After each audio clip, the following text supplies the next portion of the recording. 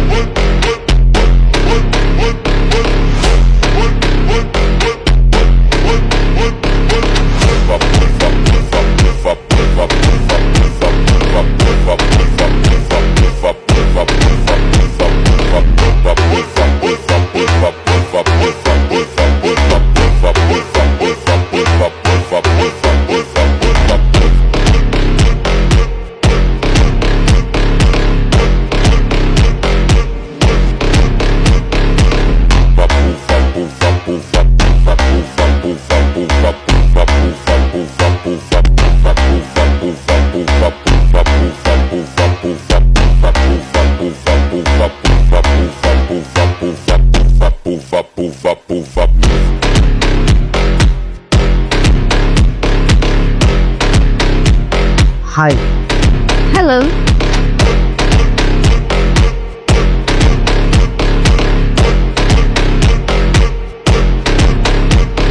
তোমরা কই যাইতেছ? ক্লাসে যাইবা না? তুমি যাও, আমরা আসছি। আচ্ছা ঠিক আছে। দোস্ত, আমি তো পুরো ফিদা হয়ে গেলাম।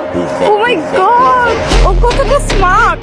Excuse me, all credit goes to me, কারণ আমি ওকে ওই ড্রেসগুলো গিফট করেছি। ওকে, থ্যাংক ইউ দোস্ত। তুই তোর বান্ধবীর বয়ফ্রেন্ডের জন্য এত কিছু করবে, এটা ভাবতেই পারি নাই।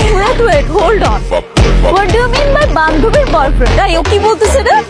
বুঝছ না, গিটার দেখে ক্রাশ খাইছে, মনে মনে বয়ফ্রেন্ডও বানায় ফেলছে। ও আই সি। আমি এখনই যে প্রপোজ করব। এই দাঁড়া দাঁড়া, তুই কি করতেছিস? তুই এভাবে ওকে প্রপোজ করলে ও বাবাকে সবকিছু বলে দিবে, শুধু শুধু তোর মান সম্মানই নষ্ট হবে, তাই না? আরে ওর কথা শোন, আগে কিছুদিন দেখ, ভাবভঙ্গি ভালো লাগে তারপর করিস। হ্যাঁ সেটাই। পরে যদি ওকে কেউ নিয়ে নেয় তখন আমার কি হবে? ডোন্ট ওয়ারি দোস্ত, আমি আছি না। আয়।